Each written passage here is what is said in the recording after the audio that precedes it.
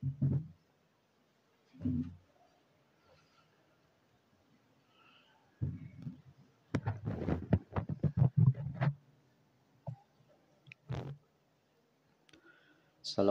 warahmatullahi wabarakatuh.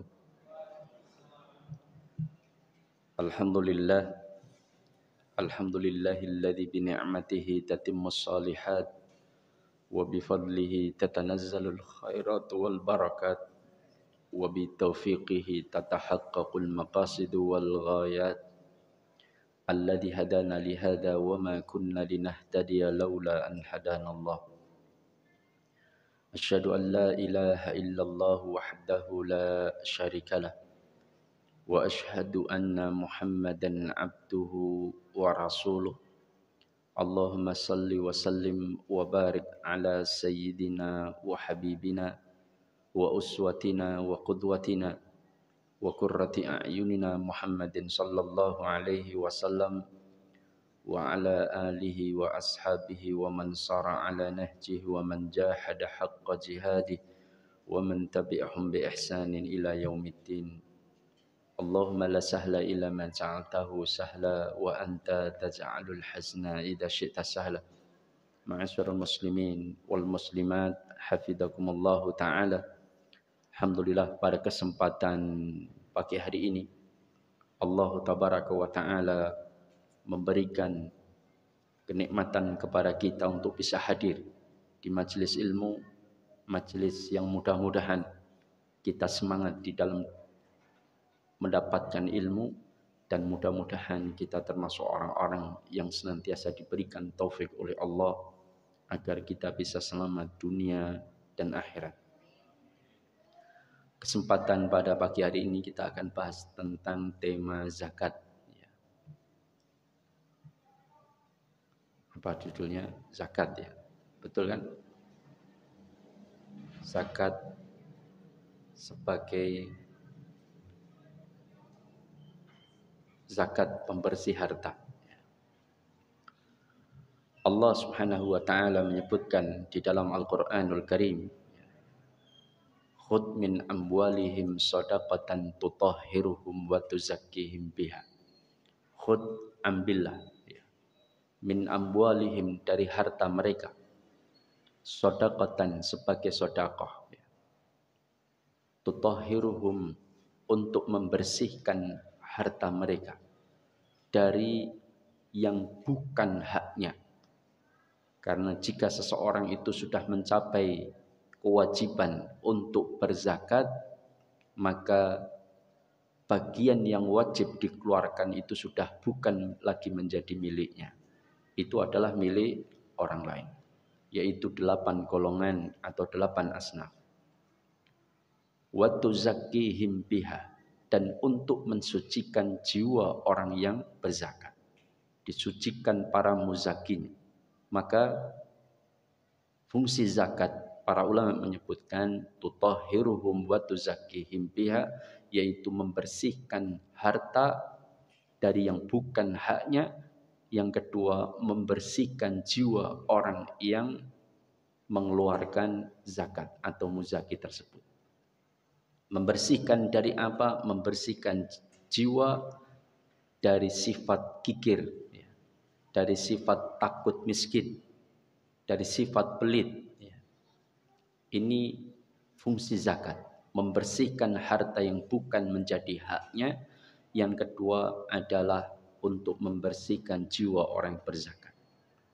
Yang ketiga, fungsi zakat kata para ulama, yaitu sebagai sarana untuk mendekatkan antara muzaki dengan mustahik, orang yang berzakat dengan orang yang berhak menerima zakat. Zakat merupakan sarana untuk menghubungkan jalinan yang lebih baik antara orang-orang kaya dengan orang-orang miskin. Maka salah satunya adalah dengan zakat. Dan fungsi zakat yang keempat kata para ulama, yaitu memberikan solusi atas permasalahan dari orang-orang yang berhak menerima zakat, yaitu memenuhi kebutuhan mereka. Ini dengan zakat. Ini salah satu atau tujuan dari zakat itu dilakukan. Sebagian orang terkadang bingung membedakan antara sedekah, infak, zakat, hadiah, hibah, wakaf mungkin, atau wasiat. Ini apa perbedaan di antara, terutama antara sedekah dengan zakat? Kenapa zakat di dalam Al-Quran terkadang Allah menyebutkannya dengan kata sedekah? Seperti dalam surah At-Taubah ayat 60, innamas shadaqatu lil fuqara'i wal masakin wal 'amilina 'alaiha wal mu'allafati qulubuhum, sampai akhir ayat.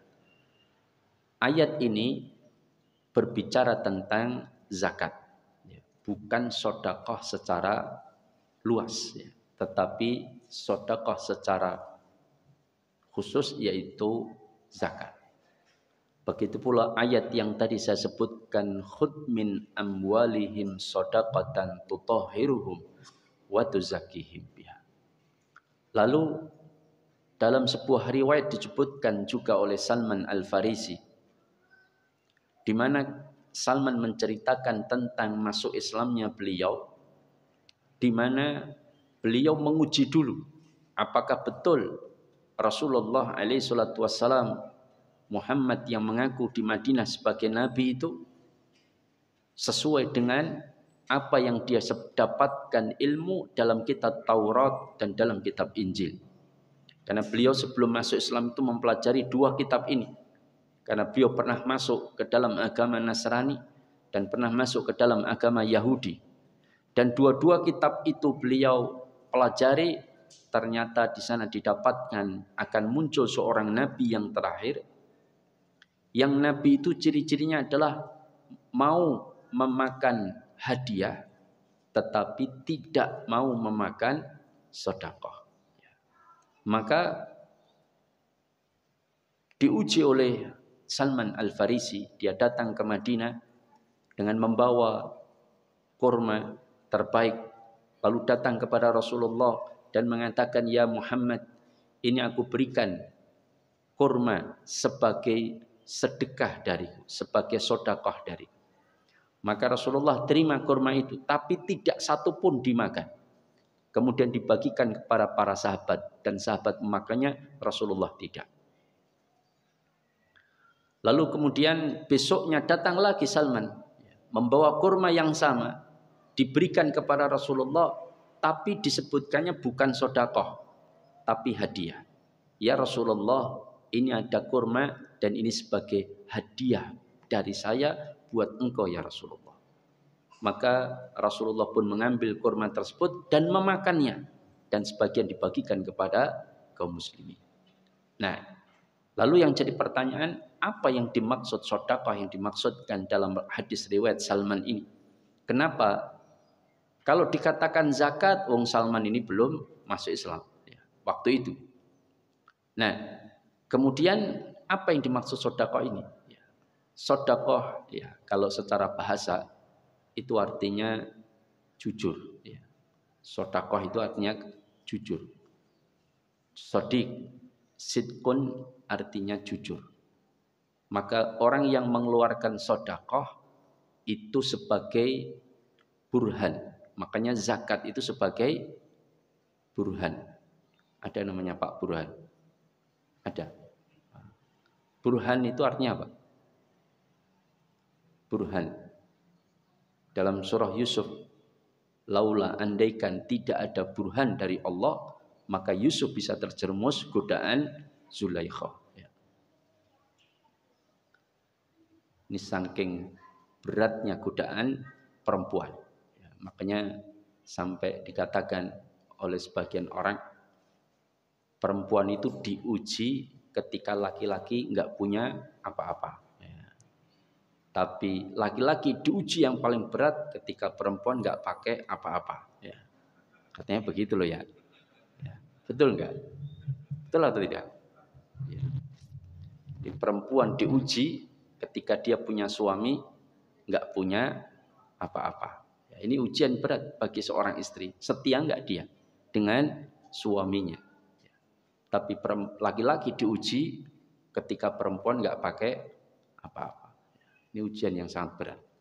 Nah, Yusuf digoda oleh Zulaikha. Maka Allah tunjukkan burhan. Yusuf sudah berusaha untuk menghindar.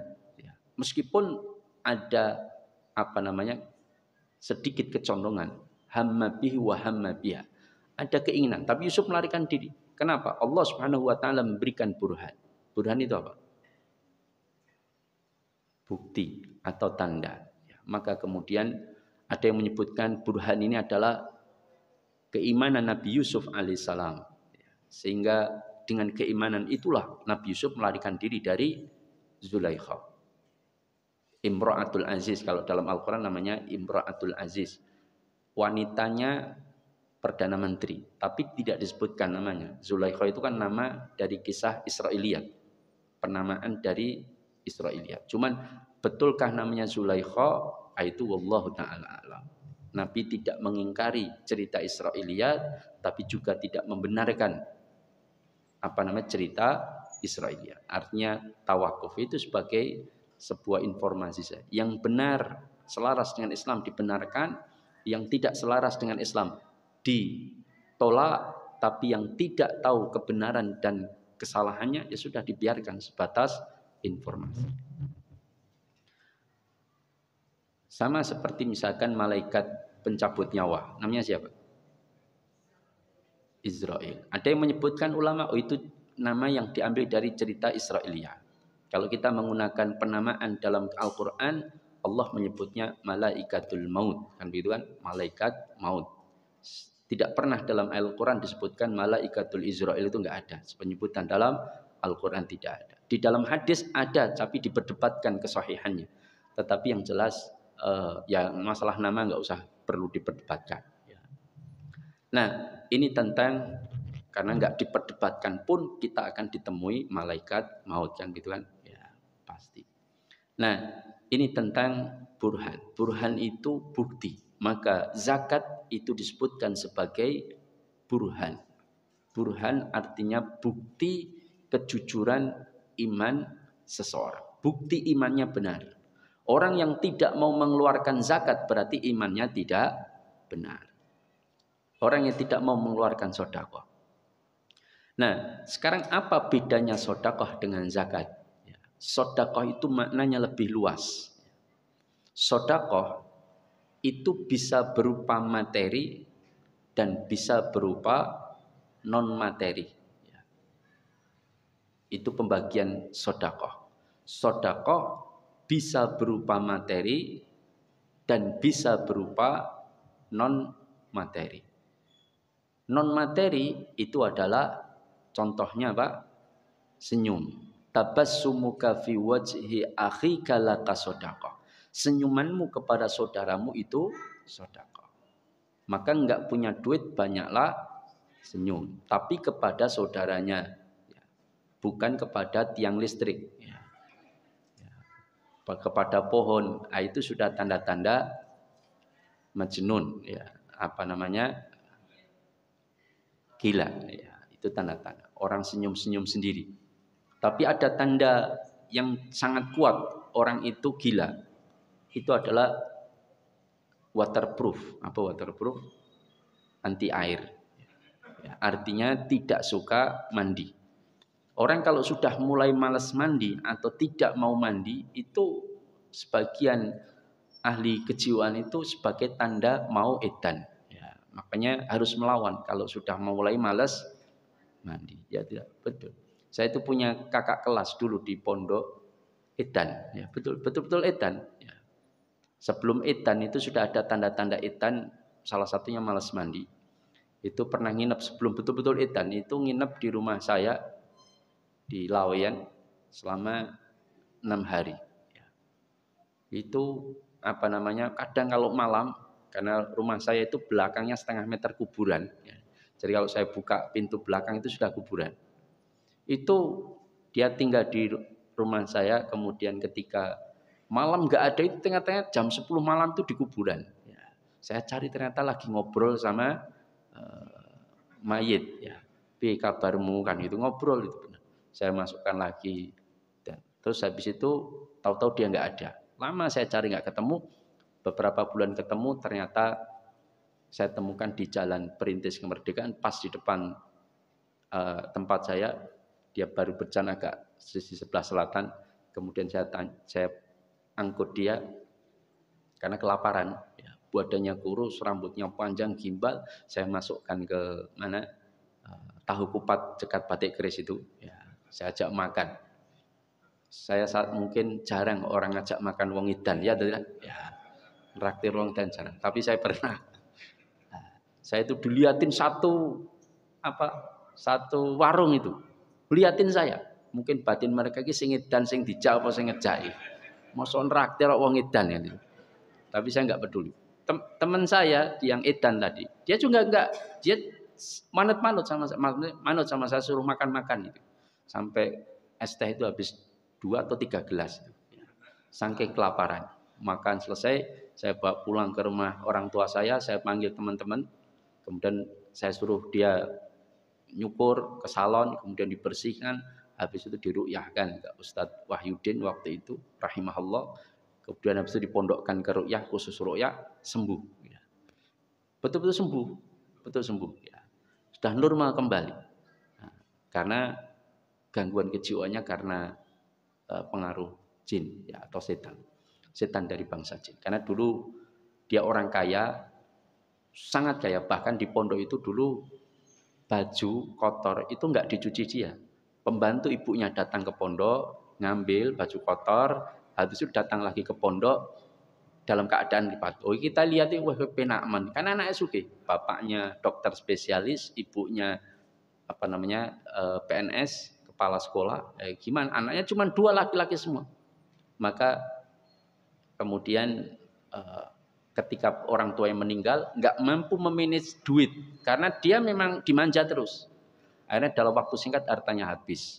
Ketika hartanya habis, dia pengen sugih kembali, dia datang ke Banten, ya, belajar apa di sana, babat banyak jimat, stres edan. Ya. Nah, ketika sembuh saya tanya, kowe mbiyen kok iso edan piye? Ya. Saya itu, ya betul saya tanya, ya. Kowe kelingan ra niku edan? Yo rada-rada kelingan katanya dia. Di awal-awal.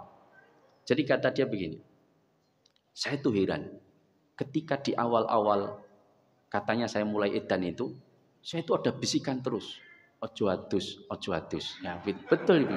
Itu yang dia sampaikan kepada saya. Makanya kalau malas mandi itu tanda mungkin loh ya mau edan. Ya, makanya lawan, jangan sampai edan.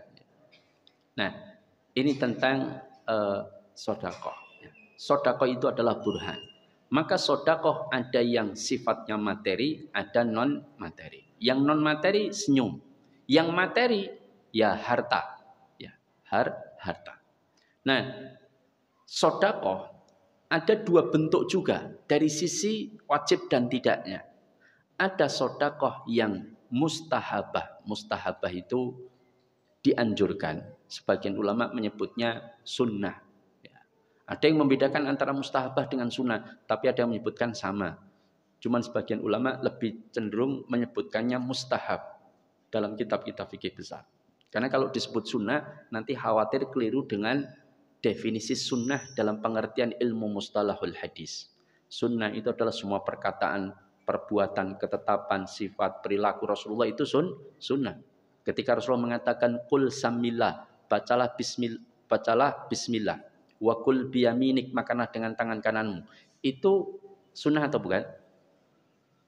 Sunnah. Oh, kalau diartikan sunnah itu dilakukan dapat pahala, tidak dikerjakan tidak berdosa, oh berarti makan tangan kiri tidak apa-apa kan sunnah. Ya kan itu. Kan perintahnya makan dengan tangan kananmu kan sunnah.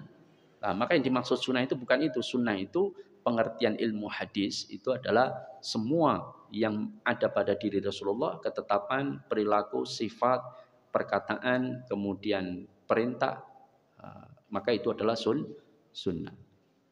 Dan itu harus kita ikuti, wajib. Cuman ada yang sifatnya wajib untuk diikuti, ada yang sifatnya mustahabah, dianjurkan untuk dikerjakan.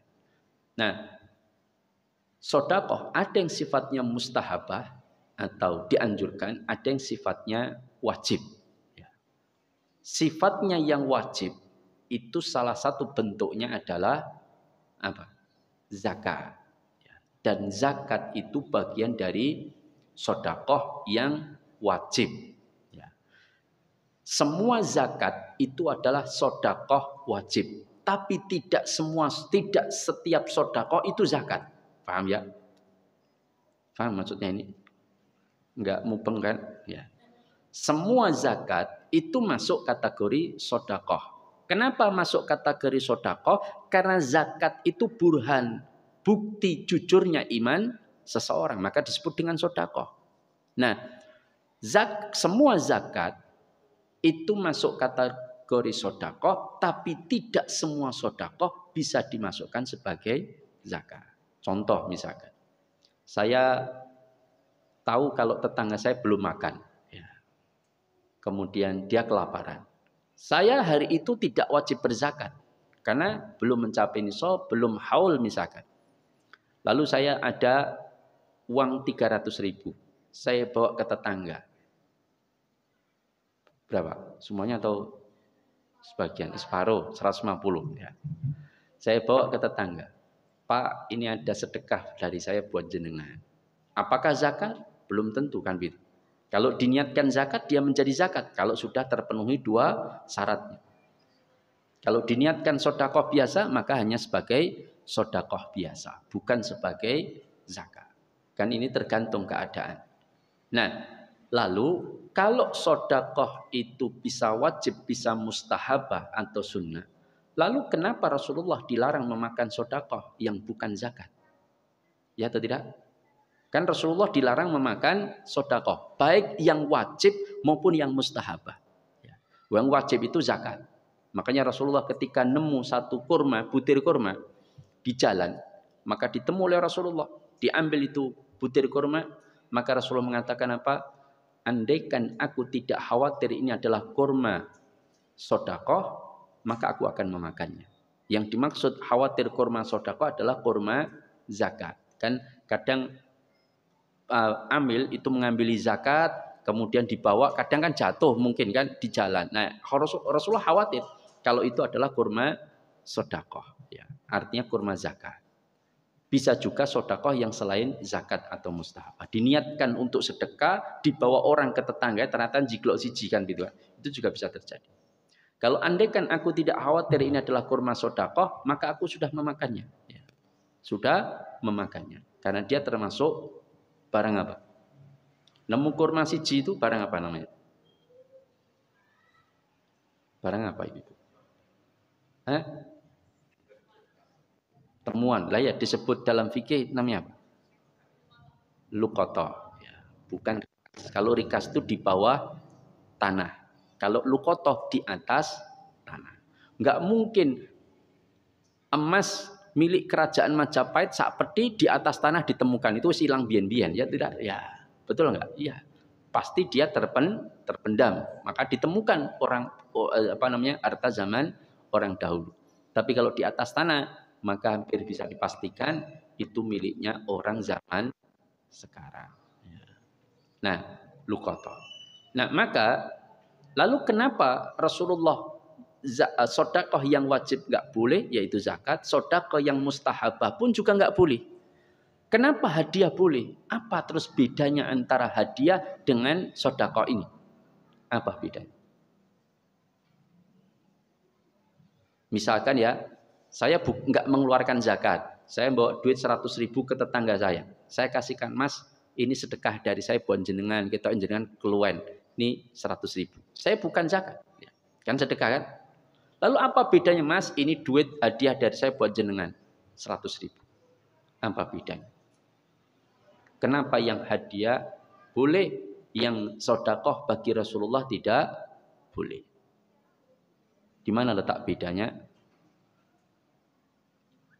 Letak bedanya di niat. Betul memang niat, tapi maksudnya kenapa kok itu dibedakan? Betul, memang bedanya itu antara hadiah atau hibah dengan sedekah itu niat. Kalau saya niatkan sebagai sedekah, maka menjadi sedekah itu. Kalau saya niatkan sebagai hadiah, maka itu menjadi hadiah. Tapi kapan seseorang meniatkan itu sebagai hadiah dan kapan seseorang itu meniatkan sebagai sedekah, itu kan pasti ada sebabnya. Betul atau? Apa bedanya? Hah? Membersihkan harta. Kalau mustahabah, kan nggak wajib saya mengeluarkan. Paham ya? Nah, maka kata para ulama, sedekah itu ya, biasanya diberikan karena kebutuhan orang yang diberi. Orang itu membutuhkan. Ya, paham ya? Biasanya karena kebutuhan. Mesake lah. Karena kebutuhan, karena kita iba. Ya. Karena dia butuh atau karena kita iba kasihan, maka kita berikan sedekah. Ya. Yang kedua, sedekah itu diberikan pada orang yang biasanya status sosialnya lebih rendah. Betul nggak? Ya, status sosialnya lebih rendah. Misalkan orang kaya ngasih sedekah orang miskin. Orang kaya ngasih sedekah orang-orang yang membutuhkan. Itu status sosial mereka lebih rendah. Dari sisi status sosial di masyarakat. Tetapi kalau hadiah atau hibah itu diberikan karena penghormatan. Paham ya?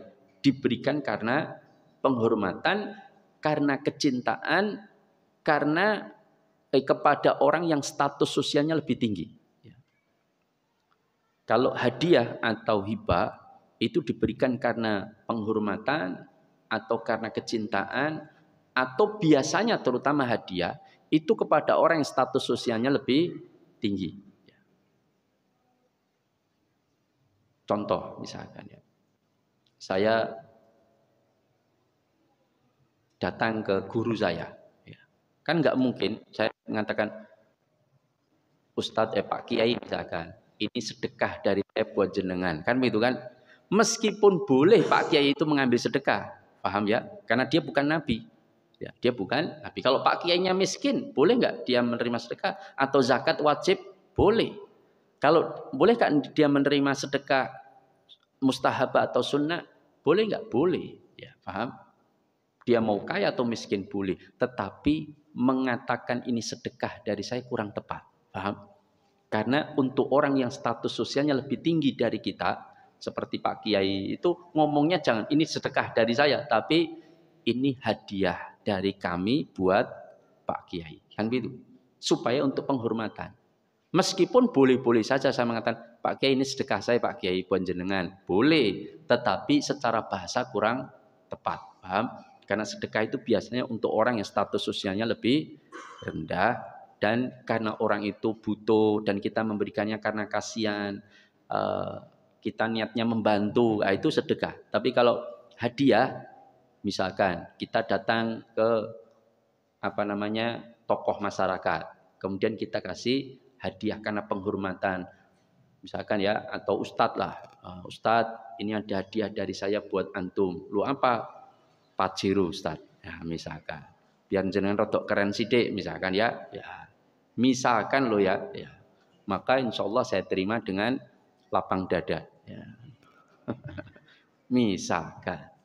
Nah, ini tentang bedanya antara sedekah dengan hadiah.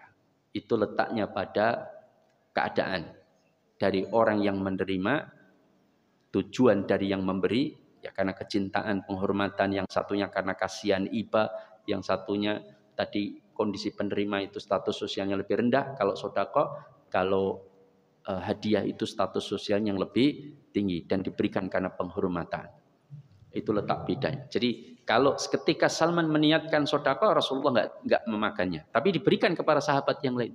Tapi ketika meniatkannya hadiah atau hibah, maka Rasulullah menerimanya dan memakannya. Ya, kalau masalah nerima semua. Cuman yang satu dikasihkan sahabat, yang satu beliau makan dan diberikan kepada sahabat. Nah, ini bedanya antara hadiah, hibah dengan sedekah. Lalu apa bedanya hibah hadiah dengan wasiat? Ya. Sama-sama memberi, misalkan wasiat harta dengan si hibah atau hadiah harta. Apa bedanya? Kalau wasiat, penyerahannya nanti kalau mati. Kan gitu kan? Ya. So yen aku mati, omahku dinggo saya wakafkan ke masjid. Ya, berarti atiyah pemberian itu baru diberikan ketika mati. Maka menjadi wasiat. Tapi kalau ini rumahku tak wakafkan di masjid, cuman aku tetap tinggal di sini sampai mati. Boleh. Ya. Maka berarti menjadi hibah atau pemberian ketika masih hidup. Tapi kalau nanti kalau aku mati, berarti masuk wasiat. Pemberian baru dilakukan ketika mati. Nanti status hukumnya beda-beda. Kalau pemberian ketika hidup dikasihkan anaknya misalkan atau dikasihkan ahli warisnya boleh asalkan adil dalam memberikan hibah atau hadiah. Tapi kalau wasiat nggak boleh untuk ahli waris yang mewarisi. So yen aku mati pabrik tak cekelke anakku lanang barep. Soalnya paling mirip karo aku misalkan ya. Kemudian omah sing cilik pinggir sawah, pinggir kali kae untuk anak rage. Soalnya aku rada meragukan anak sapa kae kan itu kan. Ya. Misalkan ya. Itu nggak boleh maksudnya. Harus semuanya artinya satu diberi, yang lain juga diberi dengan nilai diupayakan sama. Dan nggak membedakan laki-laki dan perempuan. Itu hibah. Sama. Tidak 2:1. Tapi 1:1. Tapi kalau wasiat nggak boleh. Ya. Kalau ditujukan untuk ahli waris yang mewarisi. Itu tidak boleh. Tapi kalau ditujukan kepada ahli waris yang terhalang untuk mewarisi, justru itu sangat dianjurkan. Ya. Misalkan suami istri punya anak 3 laki-laki semua. Ternyata anak mbarep mati duluan. Biasanya kan wis tua mati duluan kan. Anak mbarep mati duluan dari bapaknya. Anak mbarep mati tahun 2020, bapaknya tahun 2020 sama istrinya masih hidup. Sedangkan anak mbarep tadi punya anak, kan begitu. Nanti kalau si ibu atau bapak ini mati, maka cucunya dari anak pertama nggak akan dapat warisan karena terhalang 2 pamannya. Kan begitu? Yaitu anak nomor 2 dan anak nomor 3.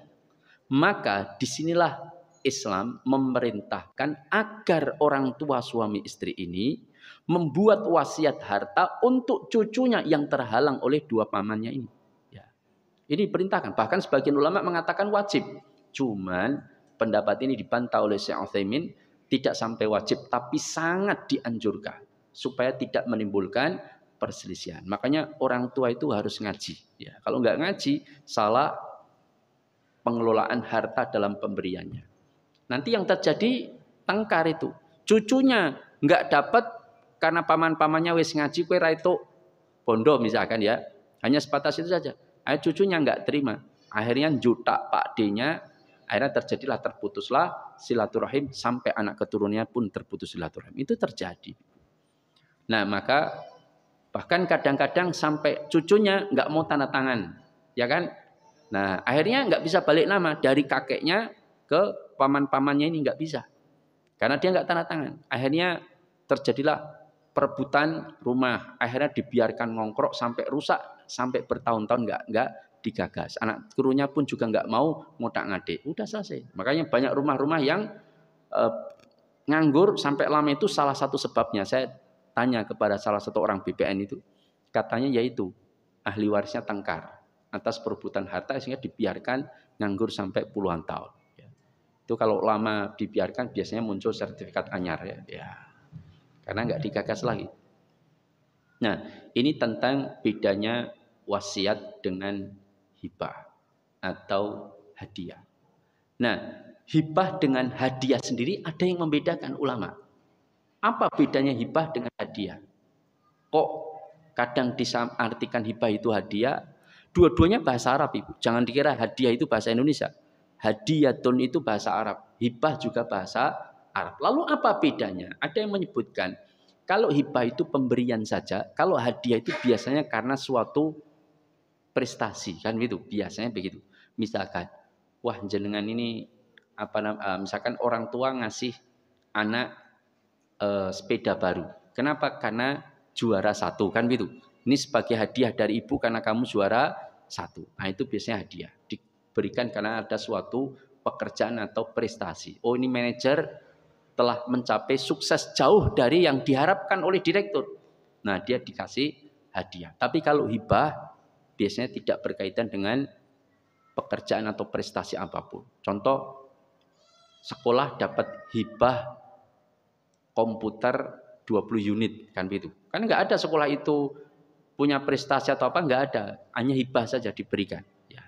Nah ini biasanya nggak ada bentuknya sekolah dapat hadiah 30 komputer, bukan. Hadiah itu berkaitan dengan suatu prestasi atau satu pekerjaan yang menyenangkan bagi yang memberi hadiah. Biasanya seperti itu. Itu umumnya. Nah, ini tentang zakat.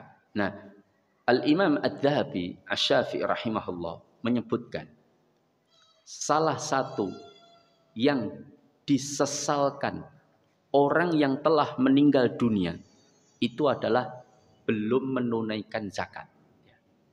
Dan orang yang belum menunaikan zakat, dia tidak menghitung zakatnya. Kayak kemarin ada ibu-ibu, Ustadz, selama ini saya sedekah terus Ustadz. Ya nyumbang ke sana, nyumbang kemari, tapi harta saya tidak pernah meniatkan zakat. Apakah sedekah saya yang mustahabah, yang sunnah tadi, kemudian infak saya itu apakah sudah mewakili zakat? Ya belum. Paham? Karena niatnya hanya sebagai sumbangan saja, belum sebagai zakat. Maka harus diniatkan zakat. Inilah pentingnya niat. Maka dan harus dihitung. Berarti harus dihitung Ustaz. Iya. Kayak saya ditemui ibu-ibu, Ustaz, saya itu usaha sudah lama, tapi sejak mulai sukses 13 tahun terakhir ini saya nggak pernah mengeluarkan zakat kecuali pernah sekali saja. Cuman 13 tahun ini saya selalu nyumbang Ustaz, sekali nyumbang 100 juta, 50 juta untuk masjid, untuk pesantren misalkan, 50 juta untuk disumbangkan ke kepentingan umum. Dia sumbangkan besar-besar. Tapi saya nggak pernah meniatkan zakat. Apakah saya sudah dianggap mengeluarkan zakat? Ya belum. Pertama, karena sumbangan jenengan belum tentu hanya diterima oleh 8 asnaf, ya atau tidak? Karena sifatnya sumbangan umum, dipakai apapun bisa. Yang kedua, Anda belum meniatkan zakat dan itu belum bisa diterima sebagai zakat. Nah, maka harus diniatkan. Berarti saya harus hitung Ustaz. Iya. Ya sudah hitungkan Ustaz. Baru saya hitungkan sekali setahun saja. Itu penghasilan bersih setahun hampir 8 M. Ya. Berarti zakatnya berapa? 2,5% kali 8 M. Kali 13 kali. Ya 12 karena sekali sudah. Kira-kira oke atau tidak? Banyak ya. Ya. Nah ini tentang zakat. Jadi ada satu perkara yang apabila orang itu mati belum mengeluarkan zakat, ini akan menjadi penyesalan dia. Makanya Al-Imam Ibnu Abbas radhiyallahu taala anhuma pernah mengatakan bahwa ada sebagian kaum muslimin yang ketika mereka telah mendapati dirinya telah mati, ya, maka dia memohon kepada Allah untuk meminta roja'ah. Ya, roja'ah itu apa? Roja'ah yarji'u, kembali. Kembali kemana? Ke dunia. Untuk ngapain? Remedi. Ya, hair. Ya, atau hair itu ujian ulang. Ya. Kenapa? Karena dia belum melaksanakan zakat. Ya. Maka dia mengatakan, Rabbi laula akhartani ila ajalin qarib fa asaddaqa wa aku minas sholihin. Imam Ibnu Abbas radhiyallahu taala anhuma mengatakan makna fa'asodak, saya akan bersedekah, itu makna yang dimaksud adalah mengeluarkan zakat. Ini pendapat Ibnu Abbas. Meskipun ada sebagian ulama memaknakan sedekah itu ya umum, ya zakat, ya sedekah yang mustahabah.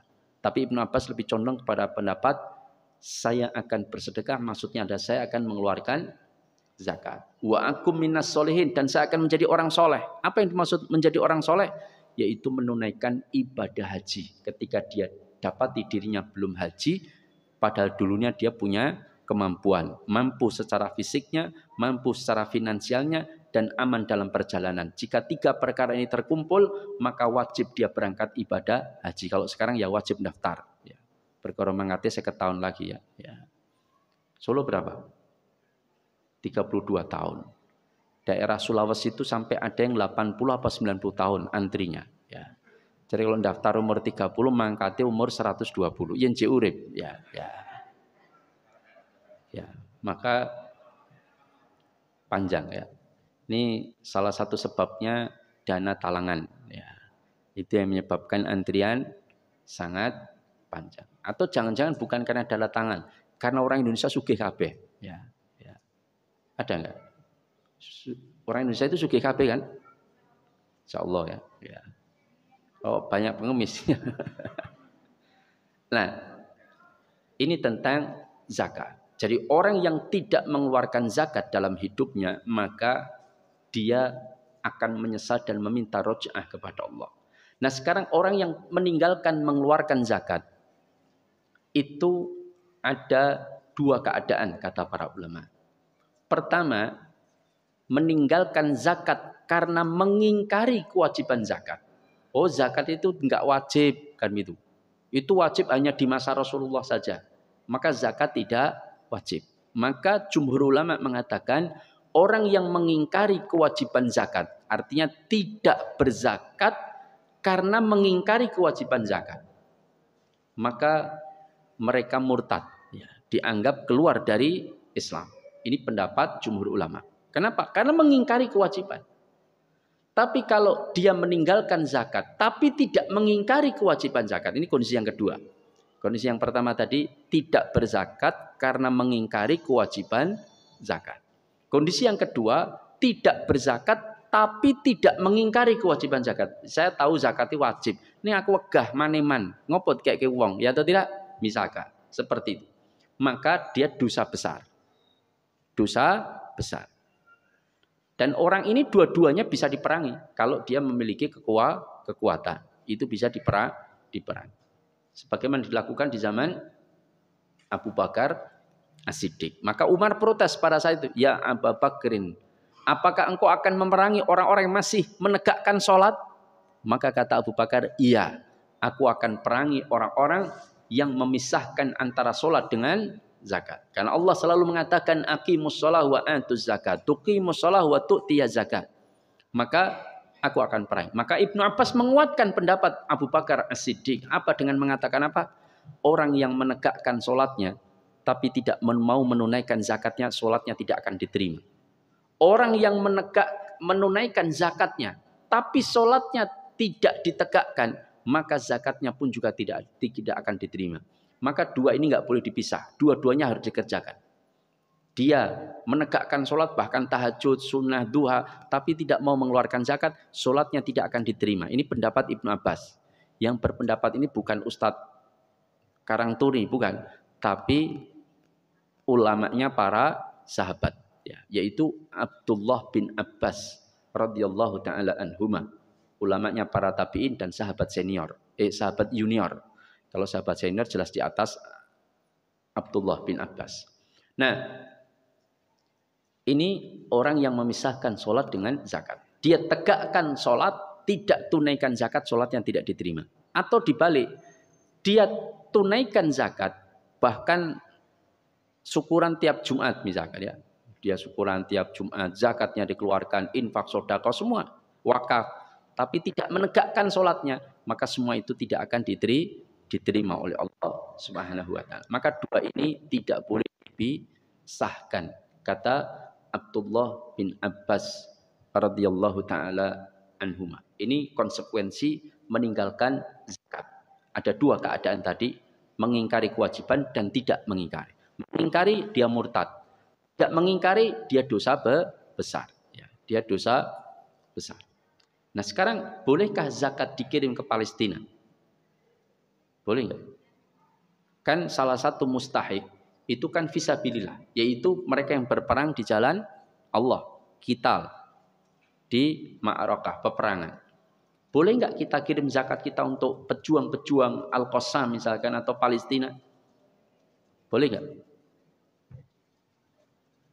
Boleh atau tidak? Tidak boleh. Ya.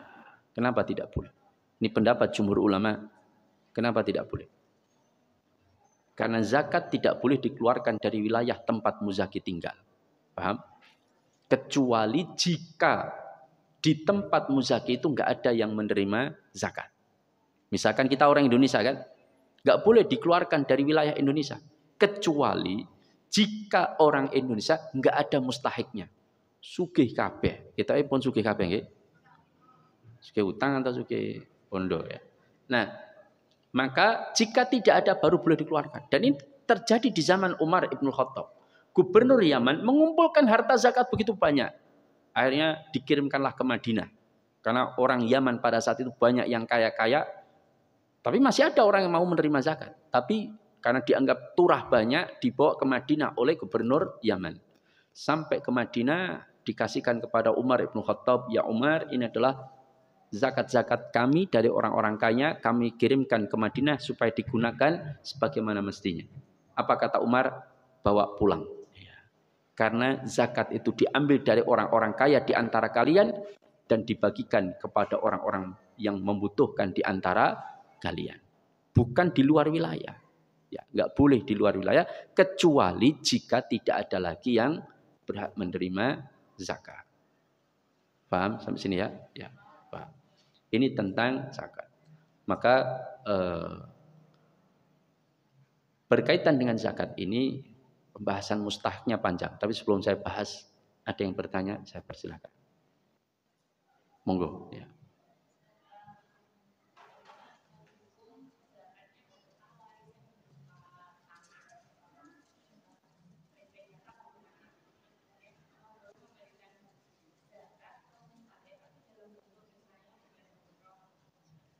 Ya. Jazakallah khair. Kenapa? Oh ya. Tadi saya sudah cari-cari minuman saya mana itu. Alhamdulillah datang.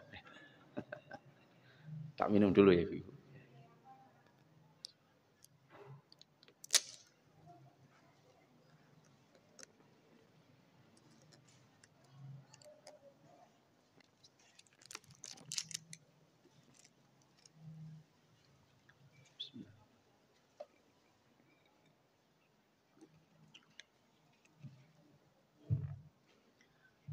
Ustadz, bagaimana hukumnya harta yang berbentuk tanah dari sebuah warisan?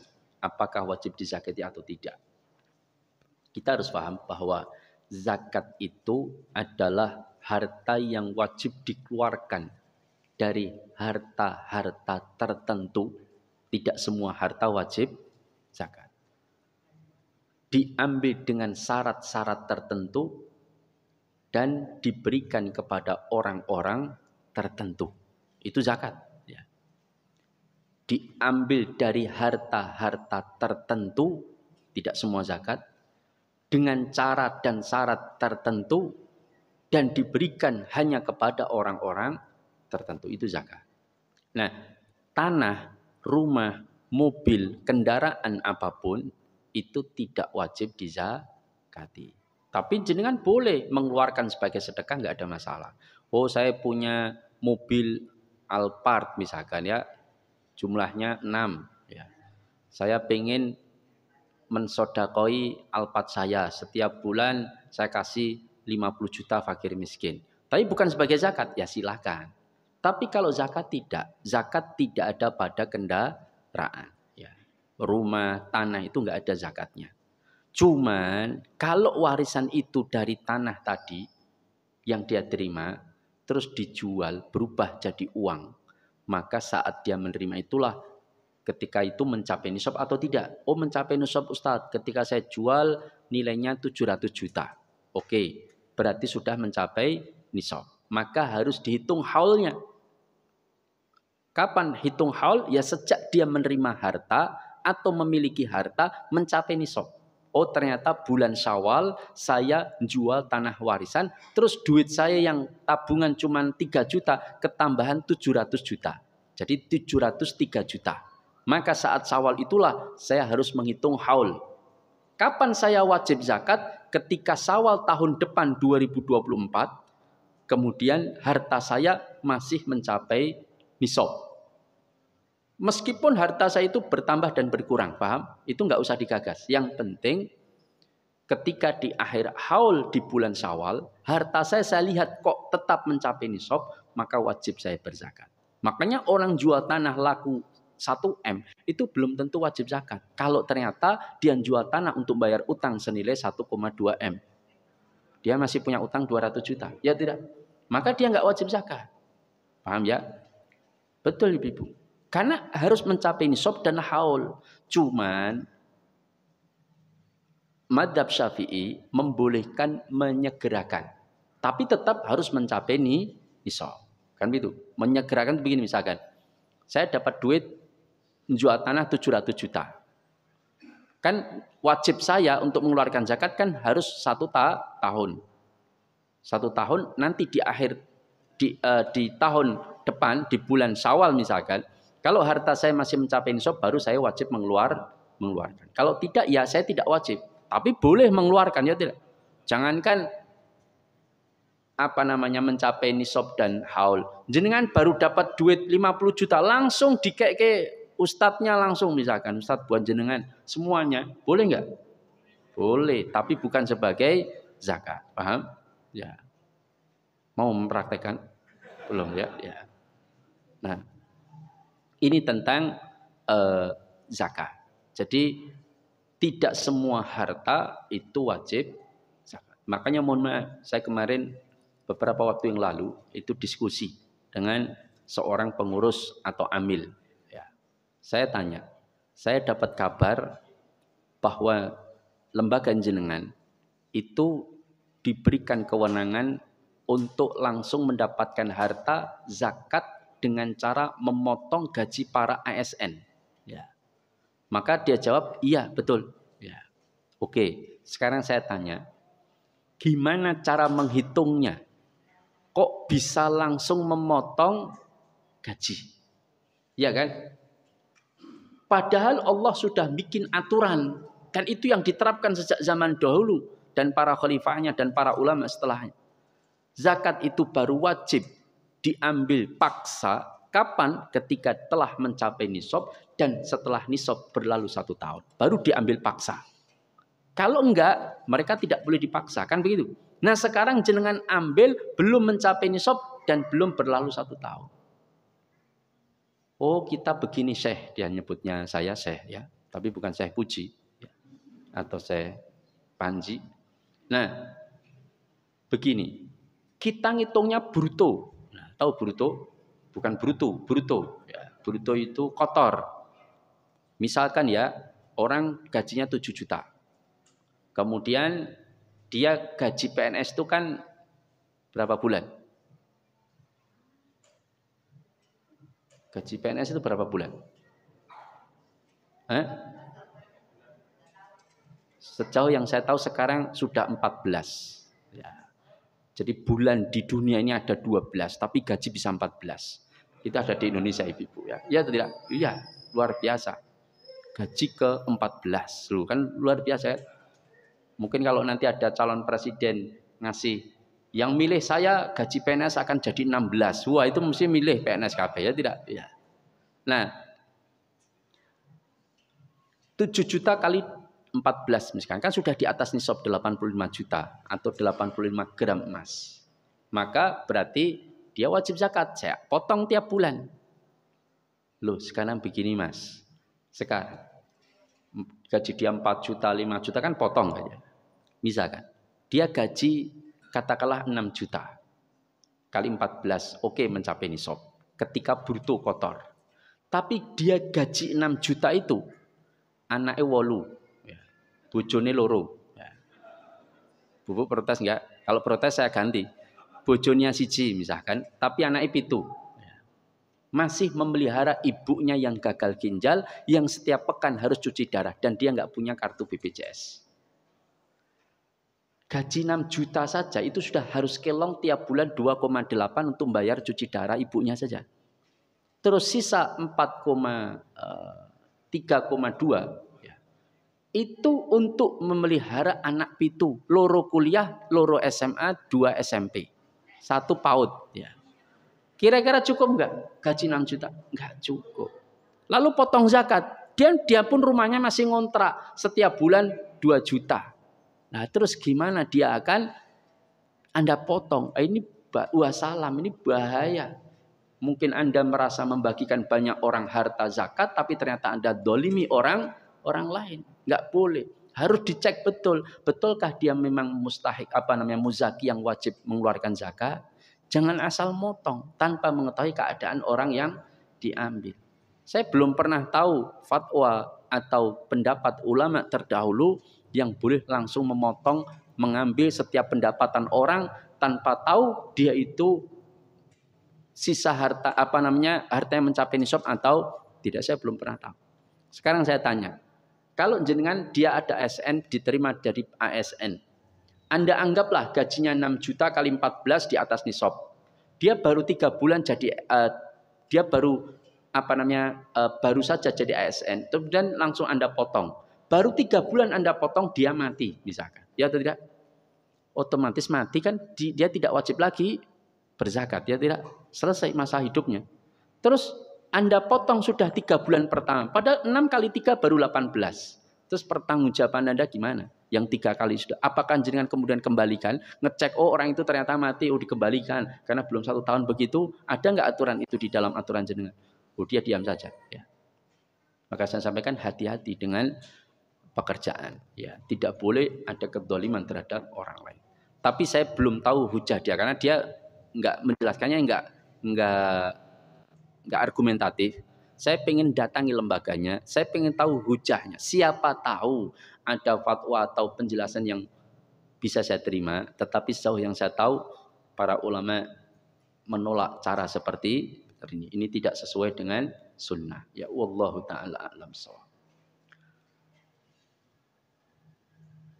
Bismillahirrahmanirrahim. Ustadz, bagaimana hukumnya orang yang punya utang tapi bersedekah? Mohon dibantu menjawab beserta dalil-dalilnya. Wah, ini berat ya. Jadi Ustadz, jazakallah khair. Ya. Bolehkah orang yang berhutang itu boleh bersedekah? Jawabannya singkat, tergantung. Ya. Tergantung di langit atau tergantung di hati? Tergantung, betul. Tergantung keadaan utang. Paham ya? Kalau dikatakan orang yang berhutang tidak boleh bersedekah karena dia harus dahulukan bayar utang daripada bersedekah. Oh, itu sing kredit omah 10 tahun, 15 tahun itu ngira itu sedekah itu. Ya tidak? Ya tidak? Ya. Terus ada pula ustadz di YouTube itu saya lihat ya. Datang jamaah kumpul banyak dipanggil satu-satu. Coba kamu maju. Oh ya Pak Ustadz, maju. Punya masalah? Oh punya Pak Ustadz. Utang? Ya. Berapa? 300-an juta lebih. Ya. Pengen lunas? Pengen. Kesini naik apa? Mobil Ustadz. Infakkan mobilmu. Ya, misalkan ya. Nanti Allah akan lipat gandakan 700 kali lipat. Hutangmu nanti lunas. Betul nggak seperti itu? Nggak betul Ibu. Seharusnya bawa mobil. Bisa nggak? Kalau pergi-pergi nggak usah pakai mobil. Bisa Pak Ustaz. Jual mobilmu, bayar utangmu. Seharusnya begitu, ya atau tidak? Bukan suruh sedekah. Ini nggak benar. Paham? Dia itu harus wajibnya bayar utang dulu, bukan suruh sedekah. Paham? Nah maka para ulama sepakat hal yang wajib tidak boleh dikalahkan dengan yang sunnah. Paham? Yang sunnah tidak boleh didahulukan dari yang wajib. Membayar utang itu wajib. Sedangkan bersedekah yang mustahabah, yang sunnah itu sunnah atau dianjurkan saja. Maka yang sunnah nggak boleh didahulukan. Cuman apakah orang yang punya utang kemudian tidak boleh bersedekah? Belum tentu. Paham? Kalau orang utang rumah kredit misalkan 15 tahun tiap bulan bayar 1 juta. Gaji 4 juta. Setiap bulan itu sudah aman untuk bayar utang. Paham?